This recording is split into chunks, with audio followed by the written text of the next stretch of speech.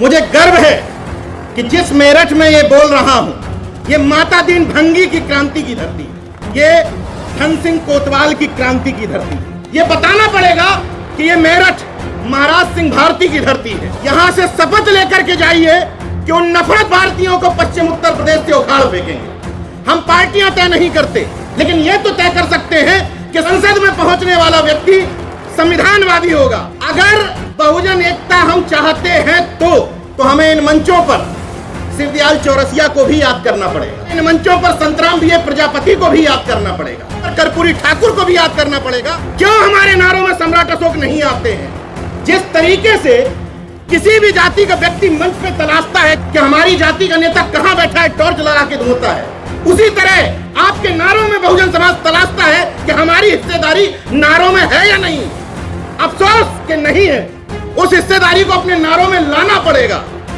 ये बताना पड़ेगा कि पेरियार ललई बौद्ध बने थे और हमारे पूर्वज थे।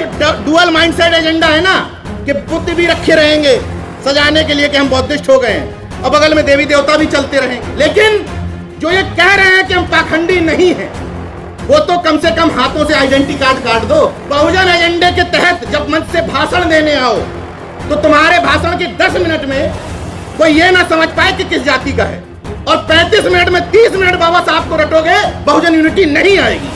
समझो भैया, कब समझोगे ये बात कि हमें बड़ा दिल करके बहुजन एकता बनानी है। अगर अपने अपने घरों में अपनी अपनी जाति का महापुरुष रखे हो तो इस कार्यक्रमों में आने से कोई फायदा नहीं होगा। बहुजन एकता के कार्यक्रमों में अगर जा रहे हो और तुम्हारी गाड़ी में 5 सीट में 5 तुम्हारी जाति के बैठे हैं, तो तुम बहुजन एकता के दुश्मन। चुनौती दे रहा हूं कि जिन समाजों को आप पाखंडी कहते हैं, उन्हीं समाजों से मैं हजारों अम्बेडकरवादी तैयार कर सकता हूं। मेरा चैलेंज है ये कि हम कह रहे हैं कि मैं ब्रह्मा विष्णु महेश को ईश्वर नहीं मानता तो नहीं मानता यार, जबरदस्ती बनवा लोगे क्या? तो अगर अंतरजातीय विवाह करोगे, बहुजन एकता बनेगी और परम प्रतापी संतान भी जन्म लेगी।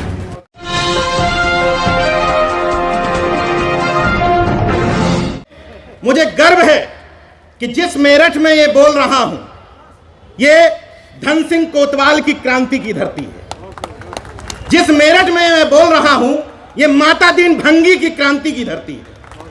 अभी मेरे बड़े भाई रतनलाल जी बोल रहे थे तो मुझे भी इतिहास की बात याद आ गई कि जहां पर बोल रहा हूं, यहीं बगल में 1857 की क्रांति हुई थी, और वो क्रांति माता दीन भंगी की वजह से हुई थी, और वो क्रांति धन सिंह कोतवाल की वजह से हुई थी। तो हमें उस इतिहास को जानना चाहिए।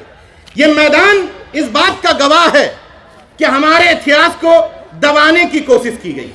तुम्हारा शिवाजी महान कैसे, तो उनके साथ एक जोड़ दिया गया कि दादाजी कोणदेव की वजह से महान, जबकि दादाजी कोणदेव का शिवाजी के जीवन में कोई योगदान नहीं। तुम्हारा चंद्रगुप्त मौर्य महान कैसे, तो जोड़ दिया एक चाणक्य नाम का कैरेक्टर।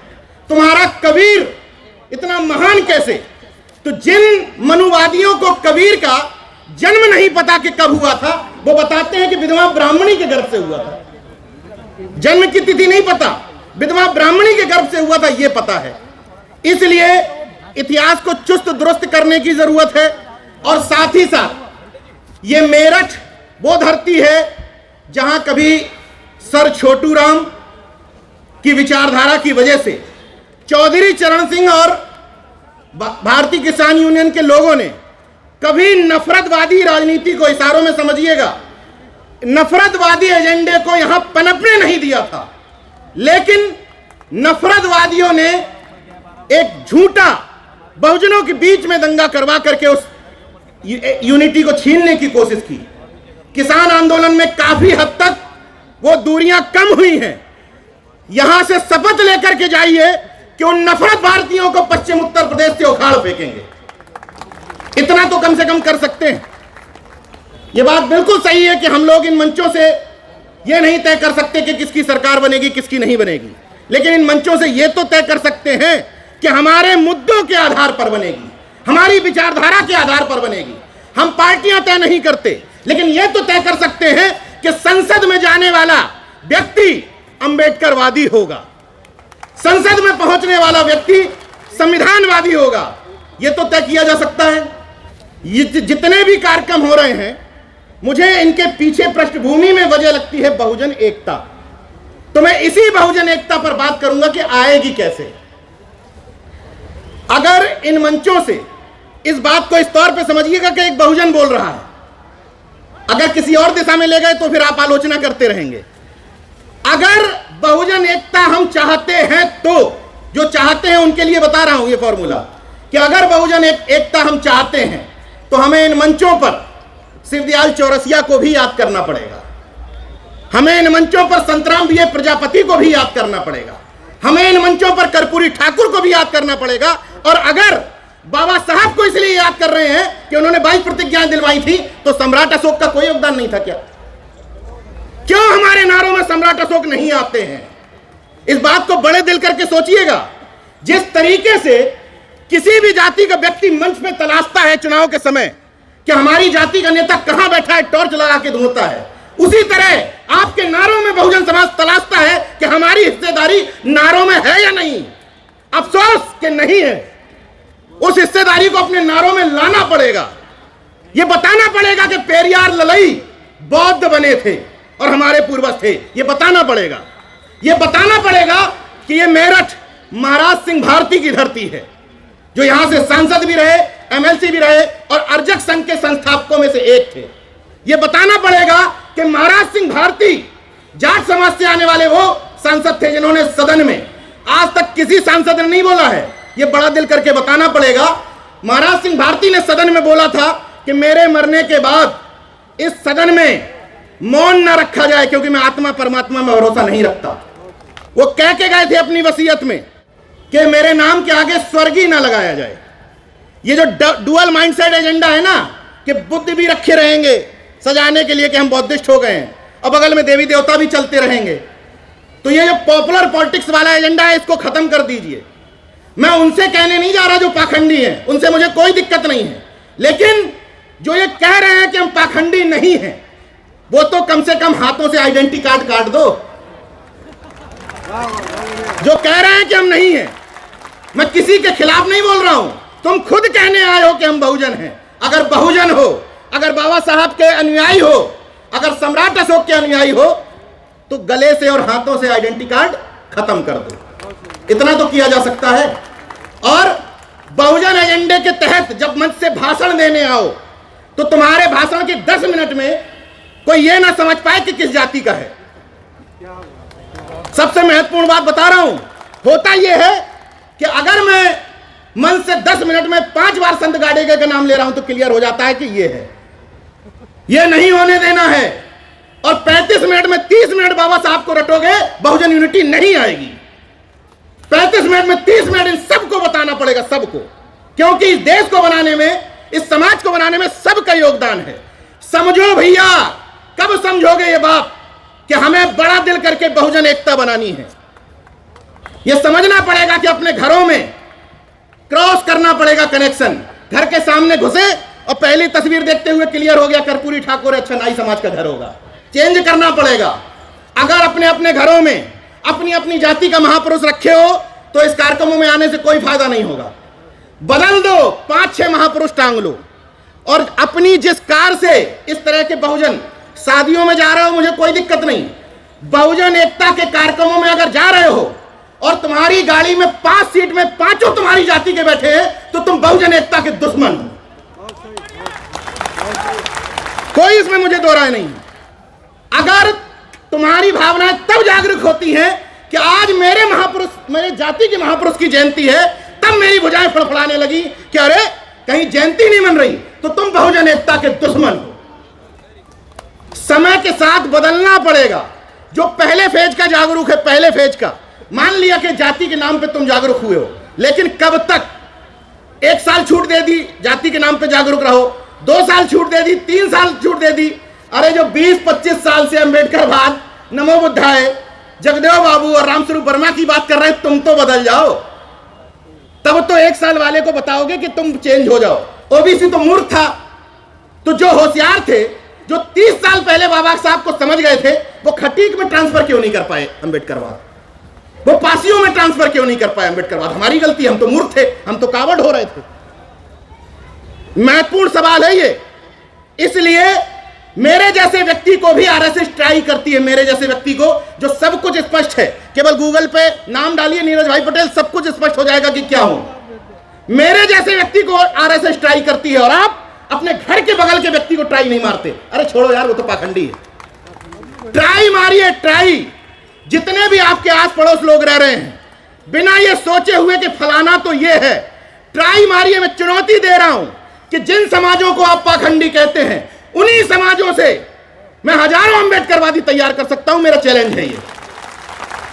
सोचिए कि एक व्यक्ति अभी कुछ दिन पहले लखनऊ में कार्यक्रम करने के बाद 3 महीने से यहीं डेरा डाल दिया, तो भंते सुमित रतन जैसा एक व्यक्ति सीमित संसाधनों के साथ इतना बड़ा आयोजन कर सकता है, तो आप तो यहीं के हो, आप क्या नहीं कर सकते। तो भंते जी को अगली बार, अभी आप दूसरे जगह का व्यक्ति आपको बुलाया, आइए हम कार्यक्रम करेंगे आपके पूर्वजों पर। अगली बार आप कार्यक्रम करिएगा और इनको बुलाइएगा कि आइए हम कार्यक्रम कर रहे हैं और आपको इस मंच पे बुला रहे हैं। तब इन कार्यक्रमों की सार्थकता होगी। और एक अंतिम बात के साथ बात खत्म कर दूंगा, क्योंकि बहुत सीनियर लोग बैठे हुए हैं। एक और समस्या है सामाजिक संगठनों के साथ, हम ही हैं। मेरा अनुरोध यह है कि जितने भी सामाजिक संगठन के पुरोधा है वो ये सोचे कि हम भी हैं। बहुत सारे लोग देश में अच्छा काम कर रहे हैं, बहुत सारे लोग, बहुत लोग मंच पर अच्छे वक्ता हैं, बहुत सारे लोगों के पास अपनी अपनी फिलॉसफी है। उस फिलॉसफी में हम भी एक हैं। कोई मृत्यु भोज पे काम कर रहा है, ओके, वेरी गुड। कोई सामाजिक परिवर्तन के काम कर रहा है, कोई बुद्धिज्म पे काम कर रहा है, कोई अंबेडकर बात पे काम कर रहा है, कोई अर्जक बात पे काम कर रहा है।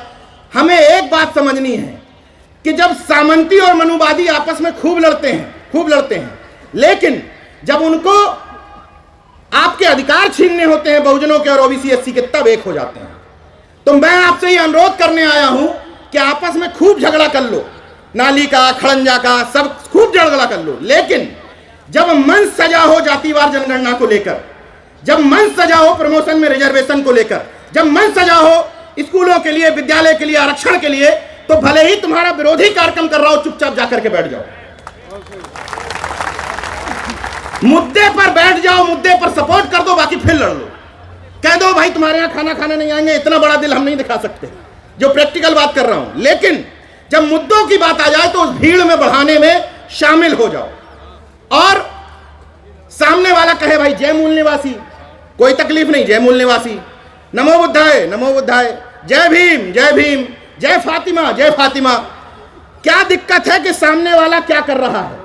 कोई जरूरी है कि हमारा संगठन, हमारा बैनर, हमारा नारा, तभी ये देश बुद्धिस्ट देश बनेगा? एजेंडा ये होना चाहिए कि तुम कुछ भी सामने से बोलोगे जो हमारी बहुजन एकता में शरीक होगा, हम वो इस तरफ से बोल देंगे। और इसीलिए राजेंद्र पाल गौतम जी जिस मंच पर हैं, उस मंच पर बगली में बैठे हैं, तो वहां से थोड़ी सी एनर्जी इस तरफ को आ रही थी, तो एक चीज याद आ गई। जैसे 22 प्रतिज्ञाओं की बात हुई, तो मैं सिंपल शब्दों में ये पूछना चाहता हूं कि भारत का संविधान धर्मनिरपेक्षता की बात करता है। उसका मतलब यह है कि किसी को शिवलिंग में भरोसा है, तुम्हारी इच्छा, कोई दिक्कत नहीं हमें। किसी को मस्जिद में भरोसा है, किसी को क्रिश्चियनिटी में भरोसा है, हमें कोई दिक्कत नहीं। किसी को बुद्धिज्म पे भरोसा है। वही भारत का संविधान हमारे जैसे लोगों को यह इजाजत देता है कि इसमें तकलीफ कहां है कि हम कह रहे हैं कि मैं ब्रह्मा विष्णु महेश को ईश्वर नहीं मानता। नहीं मानता तो नहीं मानता यार, जबरदस्ती बनवा लोगे क्या? ये तो हमारे व्यक्तिगत विषय है ना, ये तो हमारा निजी विषय है कि हम नहीं मानते, नहीं मानते तो नहीं मानते।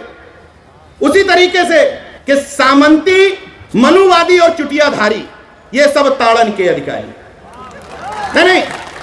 ताड़न का अर्थ क्या है? तो बस हम शिक्षा की बात कर रहे हैं, हम संवैधानिक लोग, हम लोग संवैधानिक लोग हैं, तो हम लोग शिक्षा की ही बात कर रहे हैं। तो शिक्षा देना जरूरी है कि नहीं? तुम हमको क्यों दोगे? तुम हमसे बदले में भी लो। इन्हीं शब्दों के साथ बात खत्म करता हूं। नाक छोटी कर लीजिए, दिल बड़ा कर लीजिए, मुद्दों पर एकजुट हो जाइए, यूनिटी को बढ़ाने के लिए अंतरजातीय विवाह करिए। जिस तरीके से शिवाजी की मां जीजाबाई और उनके पिता शाहजी भोसले का अंतरजातीय विवाह हुआ था, तो शिवाजी जैसी संतान पैदा हुई थी। तो अगर अंतरजातीय विवाह करोगे, बहुजन एकता बनेगी और परम प्रतापी संतान भी जन्म लेगी। जय विज्ञान, जय संविधान, नमो बुद्धाय, जय भीम, जय अर्जक, इनकलाब जिंदाबाद, उल गुलाम जिंदाबाद।